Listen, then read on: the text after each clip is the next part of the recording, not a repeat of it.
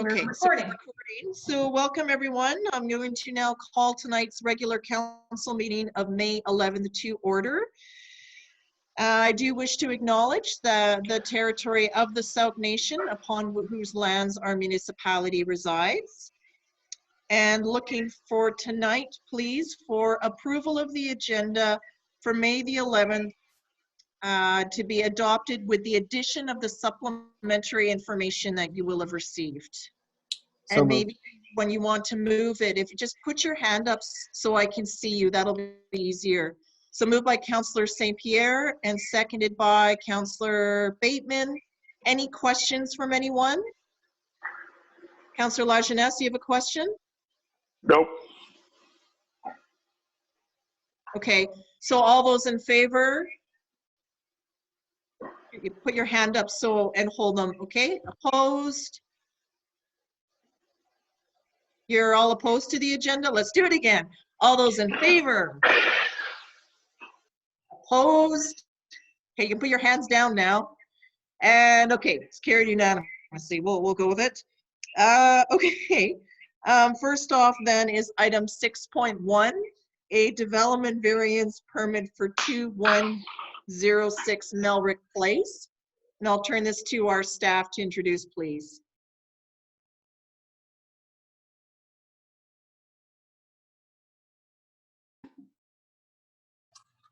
Go ahead, Matthew. As mentioned, this is a development variance permit for 2106 Melrick Place. The property is currently zoned medium lot residential R2, and the request for the variance is a side lot line setback in order to facilitate a potential future subdivision, which would create ultimately a panhandle subdivision configuration. Now the required minimum setback is 1.2 meters and the request is for 0.85 meters. In addition to that request, the minimum requirement to create the panhandle requires a minimum of 6 meter wide access route, which has been provided in the sketch attached to this report. And in addition to that, when calculating the total minimum area required for parcels within an R2 zone, the panhandle portion does not factor into the minimum lot calculation. So with that, the parcels that would be proposed to be created through a successful variance and subdivision would be one parcel of 649.69 square meters and one of 637.87 square meters, both above the minimum 600 square meter requirement. Now this proposal is also in compliance with the official community plan, as it's located in the community residential land use designation area. And this area primarily looks at low to medium density residential uses and appropriately scaled commercial development. Infill development is promoted in these areas, and that is the primary purpose for this proposal, is to utilize an opportunity for infill development. Notification was sent out to landowners to supply comments, and additional written comments have been supplied with this agenda as well as the supplemental agenda. In addition, from a financial standpoint, as this is an infill development proposal opportunity, the long-term benefits would be additional land that would not be consumed for an increased residential capacity. So therefore, it would provide for additional development on existing developed land. As well, the sideline lot setback is in relation to the existing dwelling, which is on the current property. Therefore, it would not be a setback relaxation to adjacent parcels. It would actually be to the house on this current parcel, should it be granted, and a subsequent subdivision also be completed. And with that, that concludes the report. And as I had mentioned, the sketch is further attached at the end of this report, just indicating how that proposed configuration would show with the proposed variance as well as the panhandle. Thank you.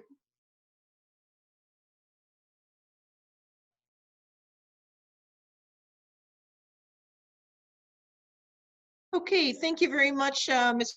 Paulo. So the way we're going to do this, council, is go back to our alphabetical in order, with the next descending person. We'll do 2 rounds, and as chair, I really need to stick to that 2-round piece. So kind of a bit of feedback from our last meeting. So my apologies for that. I'll try to be a bit more on top of it this time around. So we'll start right up from the top and go to Councillor Bateman. You're up first with any queries, questions. Okay. So I think in future meetings, we might want to move down the chain so that I'm not always the first one asking questions of an evening, but nonetheless. So first of all, I want to be clear that we're only seeing this tonight because there is a variance. Otherwise, it would have just been handled by staff. Is that correct? The subdivision would have been dealt with by you exclusively.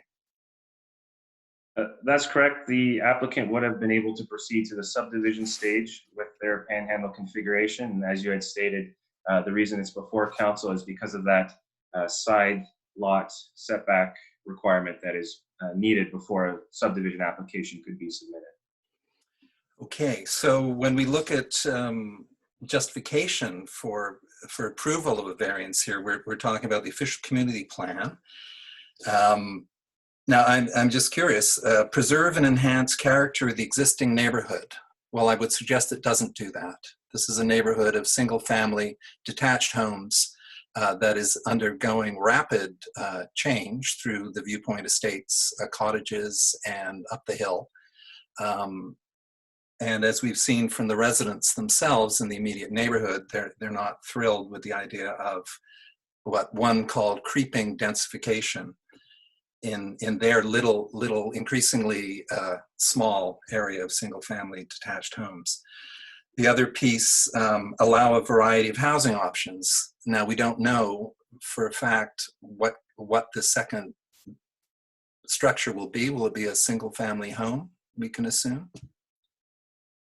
That's a question.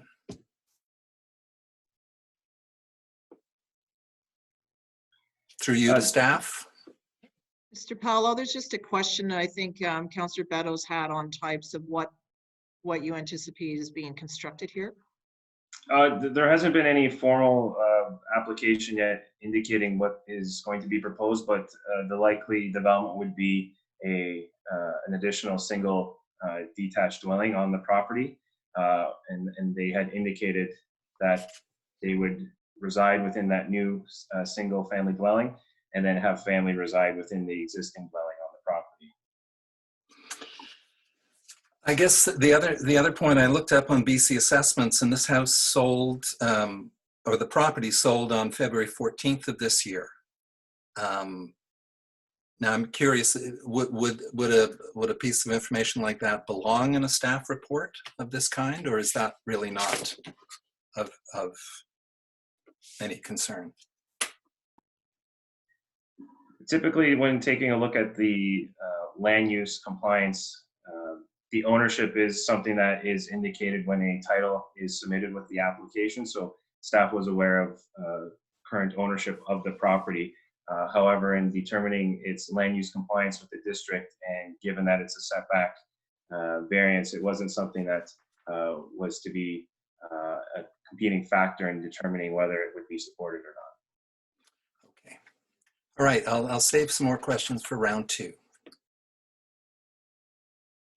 Okay, so I'll go to Councillor Beddoes, please.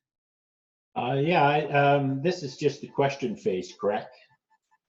Well, we're going around, it's just to get some questions further from staff. There's no motion on the floor. No, I understood. I have some comments when a motion comes up, but I don't really have any comments or questions for staff at this particular moment.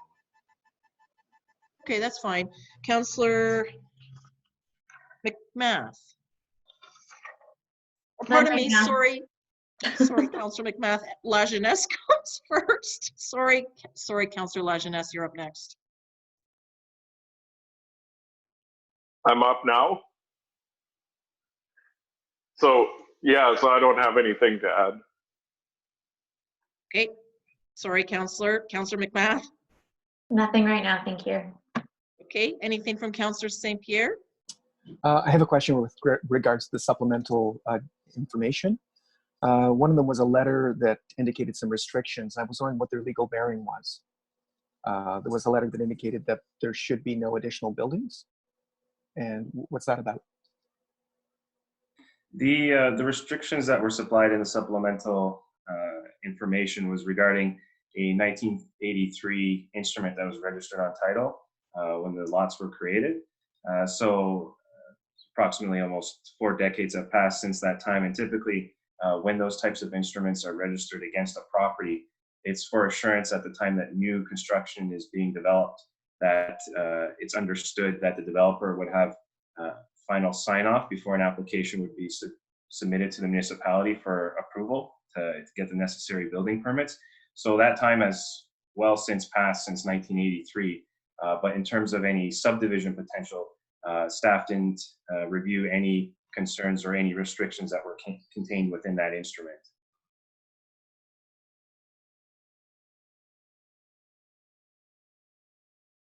Does that answer your question, Councillor St. Pierre? It answers my question. I think I might have new ones, but I'll pass it on. Okay. Is there any other questions from anybody? There's no motion on the floor. Just any questions about the staff report?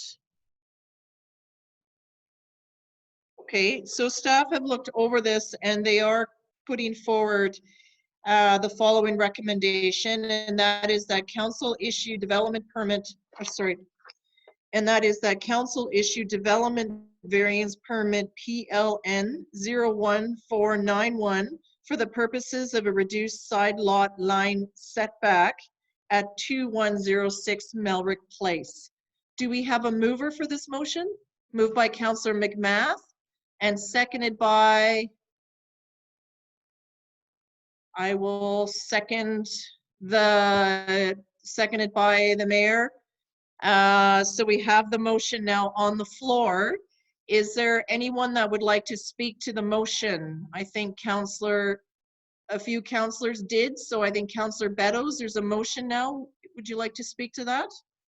Sure. First of all, I guess this keeps coming back. I just really, it's the variance is what we're talking about today. And I guess that's the issue that we should be looking at. I really don't like this development, but that's not what's before us today. It is the variance that is before us today, I understand. But yeah, I have to agree with Councillor Bateman that it doesn't do anything for the neighborhood, and I don't think it does anything for Sooke. But again, that's not what's here today. It's the variance, so I'll vote on the variance when it comes up. But that's my 2 bits worth. Thanks. Okay, thank you, Councillor. Councillor Lajeunesse, anything on the motion? No, I guess I would just sort of echo what Councillor Beddoes said. I went and looked at it today, and it is pretty compact in that little area. That's I'm not sure this is going to add much to the neighborhood other than make it a little bit more cluttered, but that's not what we're talking about now. Okay, thank you. Councillor McMath? Nothing to add. I'm just in favor of it, obviously.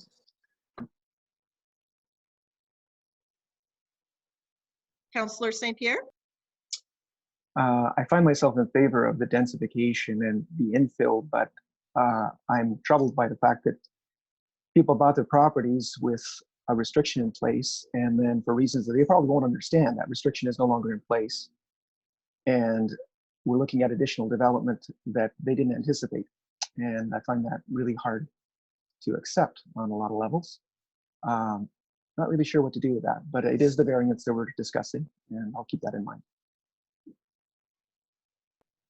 Okay, Mr. Paulo, I guess we have the motion here, so you've Hang heard on. Council's oh, sorry, Councillor Bateman. Yeah, let me circle around to me again.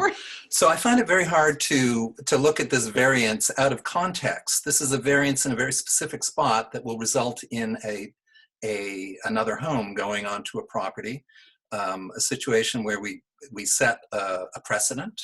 hey, I've got a half acre here. Maybe it's time for me to cash in and seek some sort of opportunity to build not a secondary suite, which is permissible in all zones, but a separate structure.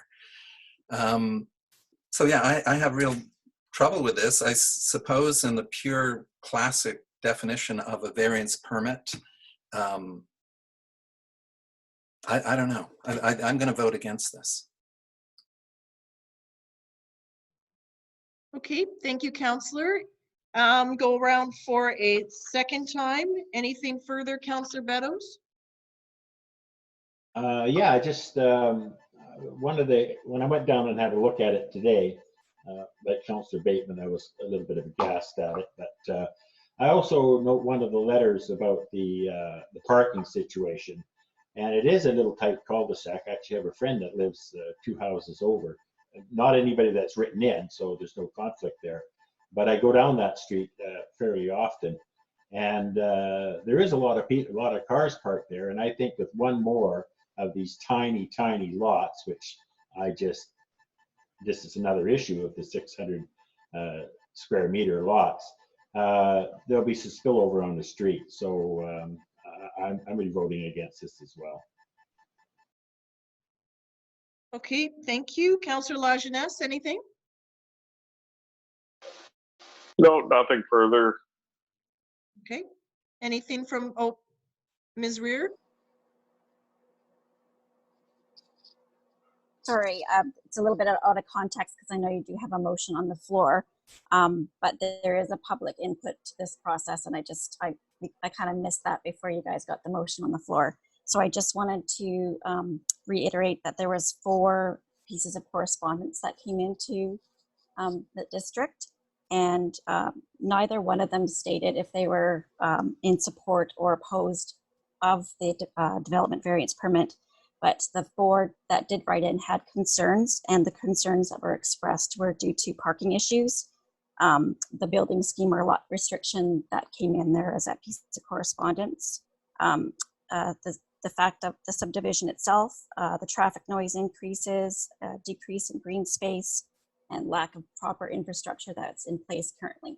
So I just wanted to make sure that that was expressed in the minutes. Thank you very much for chiming in, Ms. Rear. I appreciate that.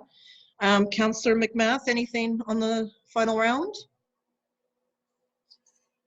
So we're voting on the variance, and that the parking issues that may or may not come about, that would be a bylaw issue for later and shouldn't bear heavily on this decision. Okay, thank you, Councillor. Councillor St. Pierre, anything for the final round? I think that we should be building where we already have the infrastructure. We do have the sewers and so on and so forth in place in those areas, and they are recognized as areas where we want to densify. I find the whole thing a little bit challenging, but I'm going to vote on the variance.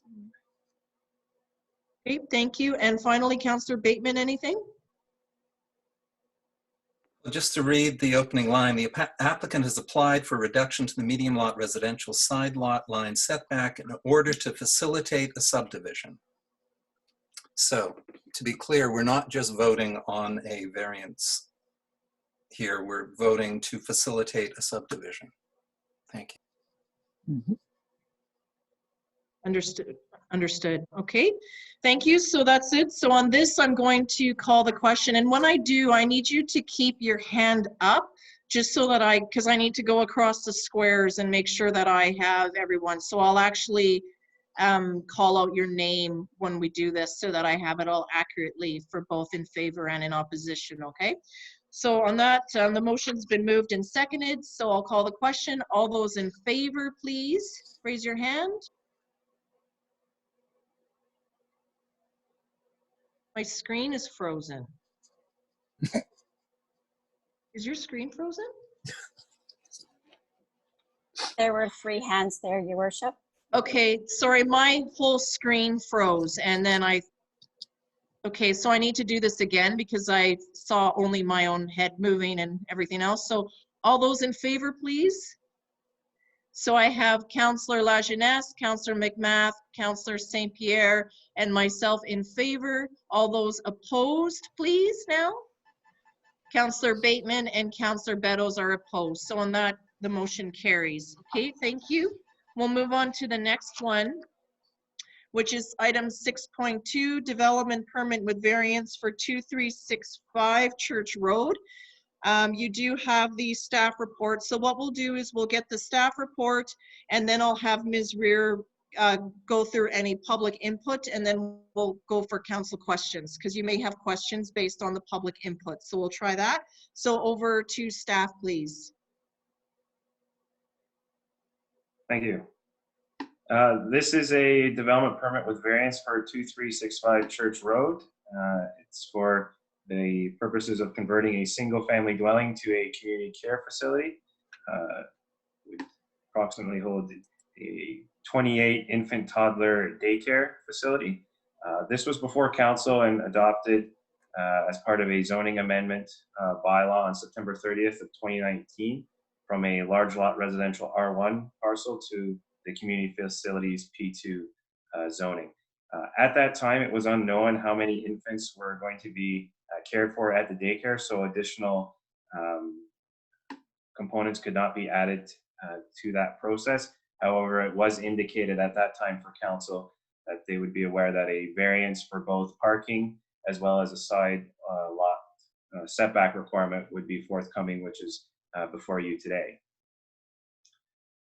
As part of this process, this parcel is within the community residential designation area of the official community plan. As previously stated, this area, which accommodates the low to medium density residential developments, also seeks to have additional uses that would be supportive of that, such as neighborhood needs relating to daycare, corner stores, and neighborhood pubs. Mix of uses connected to the neighborhood allows residents to have easy access to these basic amenities and increases the sense of place and overall satisfaction. As well as the needs assessment that was completed in 2019 for childcare, it identified a need for additional spaces within Sooke and indicated specifically 51 new childcare spaces would be required per year to meet present and future demands. And it's the purpose for this conversion. As well, being located in development permit area number 2 of the official community plan, form and character guidelines were applicable for this proposed development, including the use, scale, and form and character of the project should be compatible and lend to the continuity of the surrounding neighborhood. Given that this would be a residential conversion, those characteristics would be taken into consideration when designing the overall area for a daycare. Safe pedestrian pathway networks in terms of the sidewalks and trails, and the buildings should include broken roof lines, so as well being taken into consideration as part of the conversion component. In the zoning bylaw, as I mentioned, the property had been zoned by council to the community facilities P2 zoning, which allows for those community facilities. With the 28 infants that would be cared for, there would be a requirement to have 6 parking stalls. However, the variance is requesting 2. And administration worked with the applicant to determine suitable configurations that could provide for the necessary parking stalls. However, based on traffic concerns and the backing out of multiple vehicles into the roadway, it was determined that it could not be feasible. And so this present configuration that's before you has been determined to be something that would be acceptable from a safety standpoint, as well as being able to provide for sufficient on-street parking that could make up additional parking stall areas to accommodate users of the site. As well as I mentioned, the side lot line variance that is also required. So a 6-meter setback being requested to be reduced down to 4.37 meters. And that's also due to the current existing dwelling on the property and its conversion, and not necessarily being compatible with the P2 district. But again, that was previously highlighted for council's information at the zoning stage. This has been provided to the affected properties in accordance with the requirements for circulation for public input. Additional comments have been provided with this agenda as attached, as well as in the supplemental agenda as well. Before I can conclude, administration just wants to highlight that if council does have concerns with the lack of available on-site parking stalls, that we would request a deferral of this decision so that we could go back to the applicant and enter into further discussions as to how it may be possible to reconfigure the site further based on any comments received. As a result, if the application were to be defeated today, then it would be another 12 months before reapplication could be considered for the necessary daycare facility. So with that in mind, please take that into consideration, and staff would take that direction from council. Thank you. Okay, thank you very much, Mr. Paulo. I just have one question. Where are the staff expected to park? Like, is it like it's reducing to 2 parking spots, so one accessible and one like, and then so where is that for the staff, or is that for the drop off, or what's going on with staff parking? The applicant took into consideration the existing garage area, and so they would like to also utilize that for employee parking on the property. Okay, so this parking here would be for the parents dropping and picking up, not for staff. That's correct. Got it. Okay, thank you very much. So Ms. Rear, please, I'll go to your, maybe actually, yeah, I'll go to your public comments because that's what I said I would do. Go ahead. Great, thank you, Your Worship. So there was 9 pieces of correspondence that came in regarding this development variance permit, and the reasons that actually you have 8, and there is one that came in that you didn't receive, and I'll read that one out loud. But in summary, in an order of concerns, the concerns expressed were parking, drop-off, and pickup space, and the safety of the children being dropped off. Several were objected to the 6 stalls decreasing down to 2, traffic increase and noise increase. There were 3 that did state opposition, and 1 did have a support for it. The rest didn't clarify whether or not they were opposed or in support of, but they had concerns. And the letter that came in that wasn't included in your supplemental package, I will read aloud. I got it here. And this is their property owners on Church Road, which they live in proximity to the above address that is applying for the development permit with the variance. We are very concerned about the application and are strongly opposed to it being approved. How can a daycare facility running with 28 children operate with only 2 parking spaces? The required number of staff needed to work with 28 children will not even be able to park, let alone parents dropping and picking up kids throughout the day. There's no room in front of the property on Church Road to park safely. Cars cannot get off the road completely and impede traffic on the blind hill. It is very dangerous, and we have witnessed this before with trying to safely get around a parked vehicle in the area. Better Off Road is a residential road with no extra spaces for a business to take up parking on this road. This leads me to our biggest concern. The driveway that they have, they share access to, and in the location of their driveway being in close proximity to the road, and the openness of it provides an inviting parking place to quickly park and run across the road for a turnaround in the area. We are not in support of this variance being approved. We feel the potential for dangerous driving and parking conditions in our neighbor outweigh the benefits. Sincerely, Sue and Bill Rowland.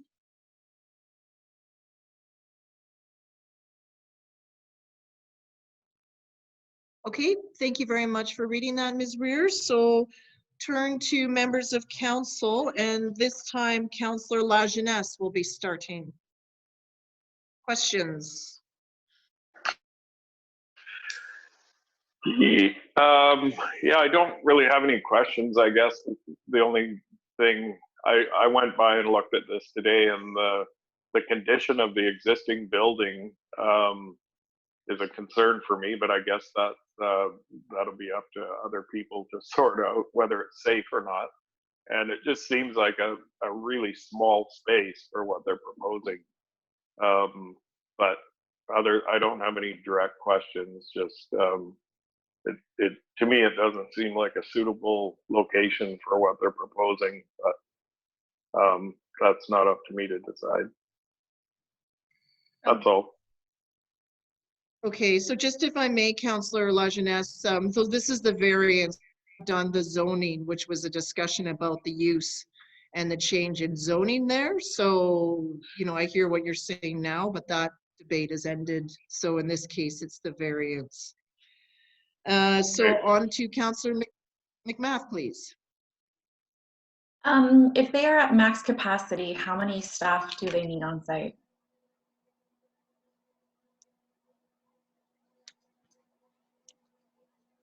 So that's a question to staff. Do you know what the ratio might be? I don't have that information currently in front of me here. Because it makes a big difference, because if it's 2 staff to take care of them all, then it's not a big deal. But if it's 4, then all of those parking stalls are occupied. And then my second question is, at the beginning, it was said that it was asked just if we disagree with this variance, that it be deferred or tabled. And I can't remember which one, but essentially my question is just if there's a possibility that more parking stalls could be incorporated, why isn't that on the table now rather than going back and then this back and forth? Like why aren't there like option 1, option 2, option 3?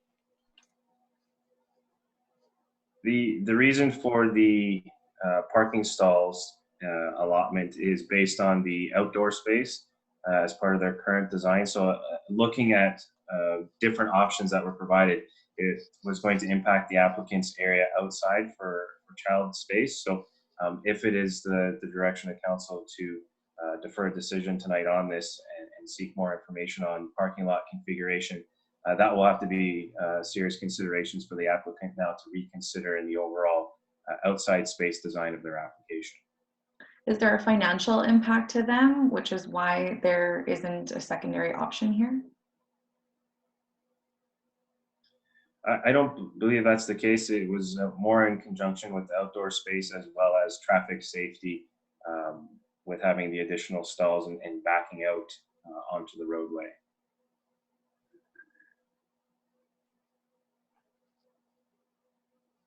Okay. Okay, Councillor St. Pierre is next. So I've got 3 questions. Curious about the broken roof lines. What exactly does that mean? What are broken roof lines? It's just curious phrase.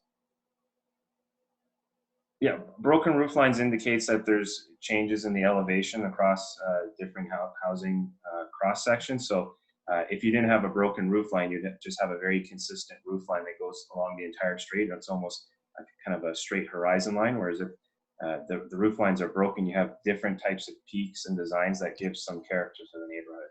Ah, so it's desirable. Correct. Okay. The next question is, why is the setback variance from 6 to 4.37 meters even needed? Once the zoning was changed, once it went to P2, why wasn't it grandfathered? Why is this not automatic, I guess, is what I'm curious about. So with the development coming in now as a daycare, the current use of the property would be a residential dwelling, now to be proposed to have a conversion to a daycare. So at that point, you're now needing to recognize that use on the property as it's now coming forward. And so at that time, it was being developed on the property as a residential property with different setbacks. And so now with the new zoning and the new use, you have to bring it in compliance with the zoning district's regulations. So that's the reason that there isn't a grandfathering opportunity through that process. So even though the structures haven't moved, the change in use is actually causing this to happen. That's correct. Okay, interesting. I really appreciate not asking for a landscaping plan when it wasn't needed. And I guess that's my final comment at this point, or a question. Thank you. Okay, thank you. Councillor Bateman.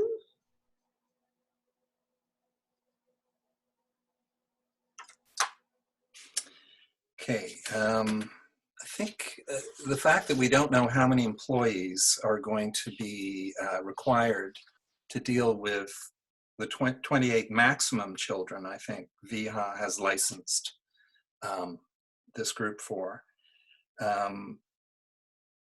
You know, my wife and I drove by on the weekend, and there's lots of street parking.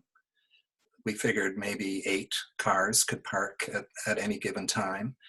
We also thought that there would be parking on the side lot line where it seems so logical for cars to go, but I can understand that there could be issues if cars backed in so that when they entered the street, potentially they would have a less opportunity for an accident.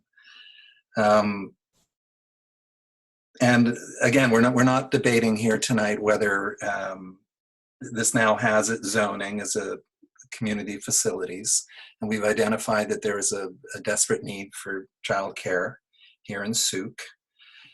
Interestingly, just in the report, it states that we are a childcare desert, as are 44% of children, preschool children in Canada live in childcare deserts. So just to be clear, we're not alone in this.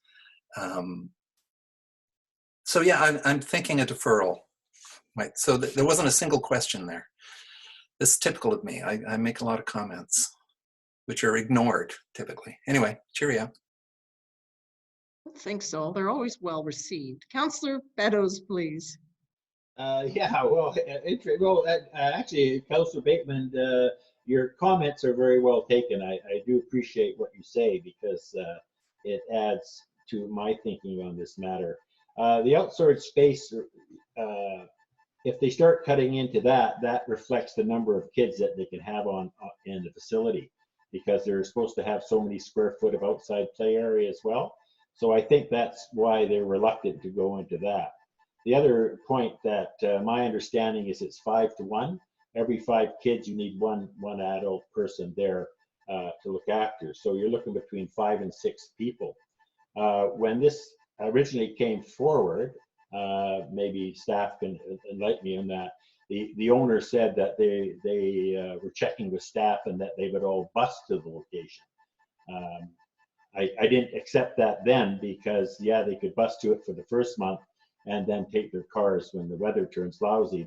And I would be reluctant. We have a great deal of problems with people parking on the streets as it is, of inadequate parking. We hammer at the residents for this.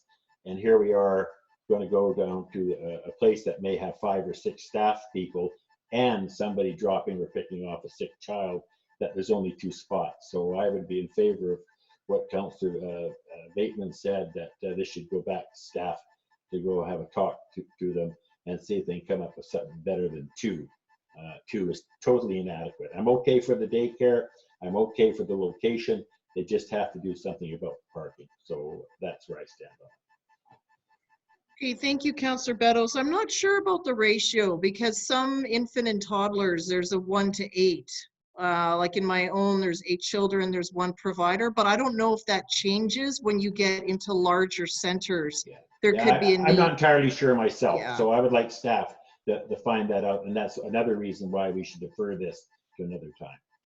Yeah, and I think I tend to agree. Like, it would be good to have an understanding. I appreciate that the numbers are fluctuating because the Councillor Beddoes is correct in that a certain amount of outdoor play space is required per child. So I think that's the factor. If you add more parking, it takes away the play area. And then what does that look like? In terms of employees busing, that's not an option at that time of day. There's a bus that runs up Church Road maybe 3 times a day right now. But if the center was to say open at 6:30, there's no bus that would run. There's none that run at that time. If there were staff that, obviously we wanted to encourage employees everywhere to be able to walk and bike, say, to work. So that would be possible depending on where those residents, like where the staff actually lives. But I would be curious to know just about the staffing, because obviously the 2 spots could not be hindered like you would need to be able to pull into one of those spots. But really this is just 1 spot, because the accessible spot could only be used by anyone with an accessibility challenge. Otherwise, like, that's the whole intent. So there's basically then 1 spot. So I think it would be helpful just from this first round is that we do get more information from the applicant on the numbers, and also just how parents would access the site, you know, in terms of egress. And I think that would help. There's obviously some residents in the neighborhood that don't oppose, that are just straight out opposing it, and I totally appreciate that. We sort of dealt with that at the zoning stage, but in this case, just with some other comments that are coming in, because we just don't have those answers, I'd rather see us get more clarity than to reject the application fully, because there is an ongoing need for childcare. And I also don't know if what the impact of COVID is going to have on childcare. I'm not sure of that yet. And even if that should be a factor, it would be temporarily but just unknowing. I don't want, that would not impact this for me, because some things are temporary, but if there's going to be a permanent change, which comes down to the base ratio, I think it would help to understand that a bit more. So we have a couple of options. We can go for another round, but I'm sort of sensing that many on council have the same sort of questions that we would want answers to. So I don't want to press on and call for a motion for a variance, because I'm not sure that that would be supported tonight. I'm certainly not hearing that from everybody. So perhaps, and a motion at this time would be just to refer this back to staff for more information from the applicants on parking and staff parking and parent drop-off parking, and how in and out traffic would be managed, something like that. Councillor, are you wanting to speak now? Is that why your hands are up? I'm Okay. willing to make a motion, that's all. That's why my hand's up. I'll go to Councillor Beddoes first, please. Yeah, I'm willing to make a motion that we, I don't think table's the right word, but we defer this until to staff to get us some answers on how many staff will be used at this location with the 28 children, and for other parking options. Is that adequate? I think that covers it. Okay, so there's a motion there going out from Councillor Beddoes, seconded by Councillor McMath. Okay, Councillor McMath, did you want to add anything as a seconder? Yeah, I don't just want it to come back with like just that answer, but also I think just for myself that the parking should cover the staff at maximum capacity. So if it's 7 staff, there should be 7 stalls plus 2 for children, if that makes sense. I don't know if I'm being articulate right now, but Maybe essentially 2 for parents. Yeah, for pickup. Yeah, exactly. So picking. The children will drive. Yeah, and worst case, thank you. And then like worst case scenario, like if staff member's not in that day, there's another stall for someone to jump into. But I think that's what I would like to see come back.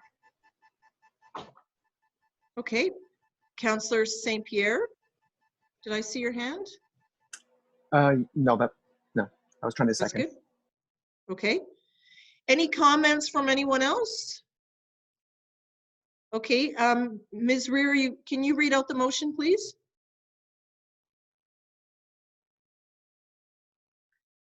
Okay, so that I have it moved and seconded that council defer the issue regarding the development permit with variance PLN 01483 for the purpose of developing a community care facility at 2365 Church Road until more information is obtained from staff in respects to staff ratio at the daycare and other parking options.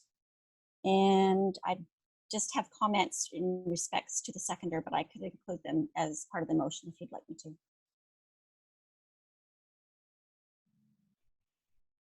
Okay, is that okay with the mover and seconder? And then staff have heard our comments, so we'll be expecting those to be answered in the report. I'm okay with it. I think staff's got a pretty good picture of what we're looking for, so I'm okay with adding the comments from Councillor McMath. Okay, and is that good for the seconder, Councillor McMath? Sure. Okay. All right, I'll call the question then. All those in favor, please? Anyone opposed? Okay, so that's carried unanimously. Okay, thank you. And thank you, staff. We'll look forward to having that back.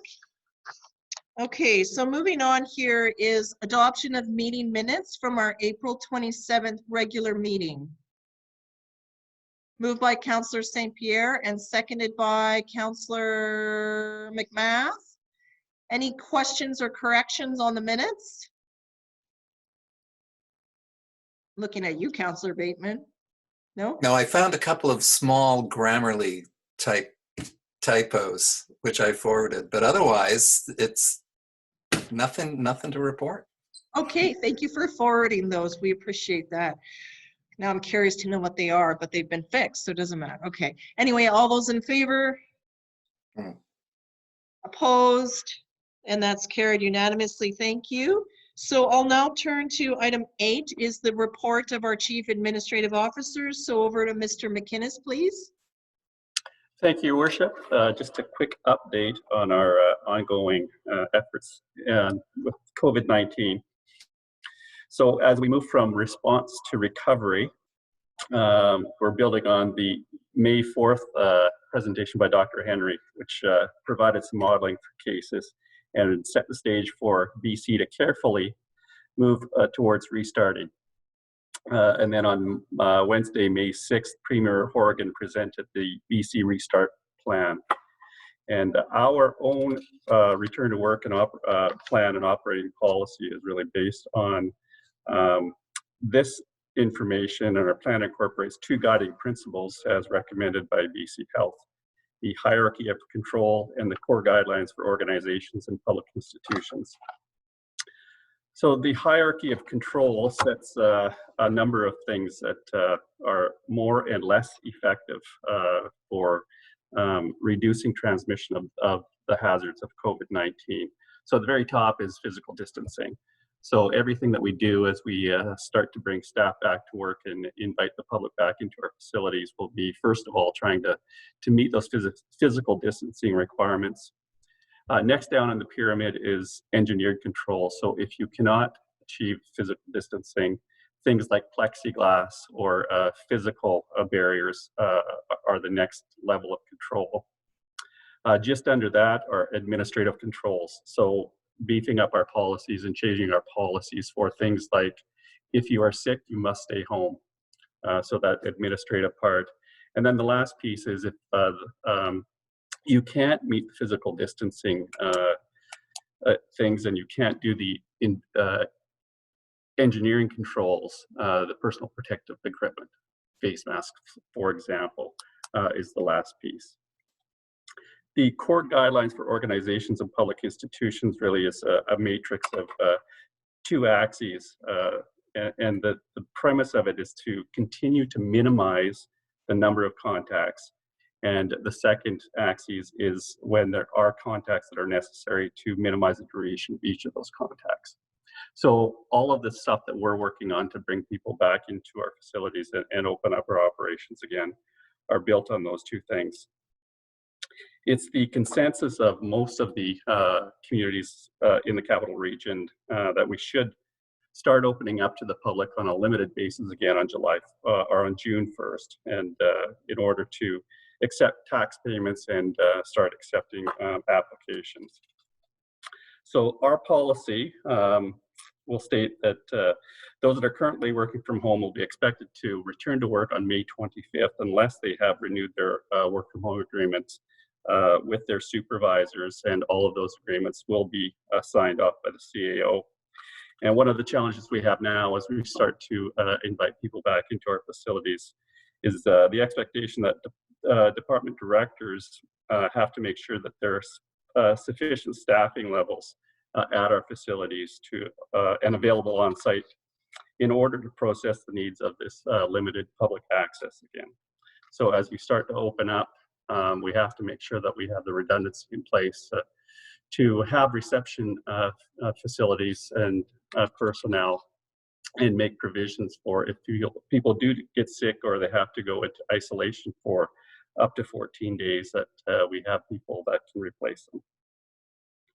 One other thing we've done is we just last Wednesday completed a survey of all of those that have been working from home, and the information was phenomenal. 94 pages of information from our staff on some really deep, rich, and good information on how they're doing, how the work from home is working for them, and how they're continuing to be productive, and what challenges they're having with that. Lastly, just happy to announce that we will be opening up council chambers again. So this will be the last time that we have to struggle with this remote technology. So looking forward to next Tuesday night or Tuesday afternoon for our committee of the whole to welcome council members back into council chambers. You will see some changes in the physical appearance of council chambers. And once again, the physical distancing piece, we should be able to accomplish without any engineered or plexiglass things within council chambers. So as you come in, you'll have a little bit more distance between you and your neighbors as we continue to, or as we start to bring council members back into council chambers. And that's it for the update, Your Worship.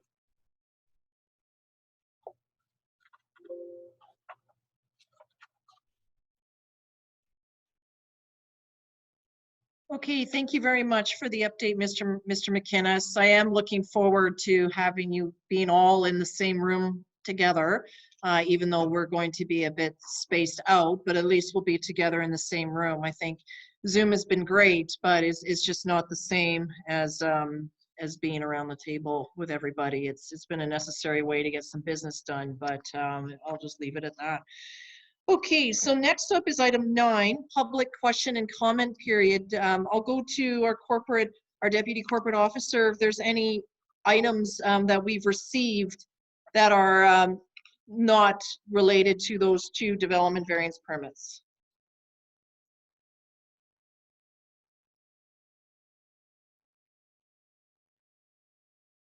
Your Worship, there is no other pieces of correspondence that need to be relayed to you at this time. Questions from the public coming. Okay, so it's just on those 2 items. Okay, thank you. So that brings us to reports, item 10. So the first one here is item 10.1, and we have the District of Sooke's audited 2019 financial statements. So I'd just like to thank Ms. Gray and her team for putting this all together. This year has been just extraordinary in so many ways, but then you're having to go and do all this and still meet timelines and pull together. So thank you so much for all of your work on the statements. We do have a recommendation, but in this case, I could go through I'll go through the list just quickly, but you can just say pass if you don't have any questions. So in this case, Councillor McMath is starting off.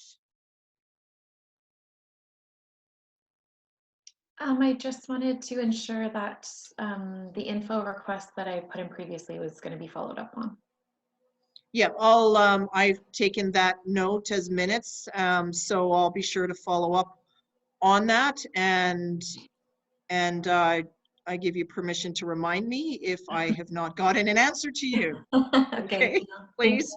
But I'll touch base with our CAO after tonight so that it'll be in hand. Okay, thank you. Councillor St. Pierre's, or yes, Councillor St. Pierre, pardon me. I lost my listing of alphabet. Go ahead. Just many thanks to all the staff for the work on this, and I'll pass. Okay, thank you. Councillor Bateman, please. Yeah, just a glowing report by KPMG on our staff and Rachel's work, Ms. Gray's work. And there are some recommendations, and one will be the budget to actual reporting out so that we'll be able to track the financial. I don't think I'm saying anything out of school here, am I? No, I'm not. So Logan's will be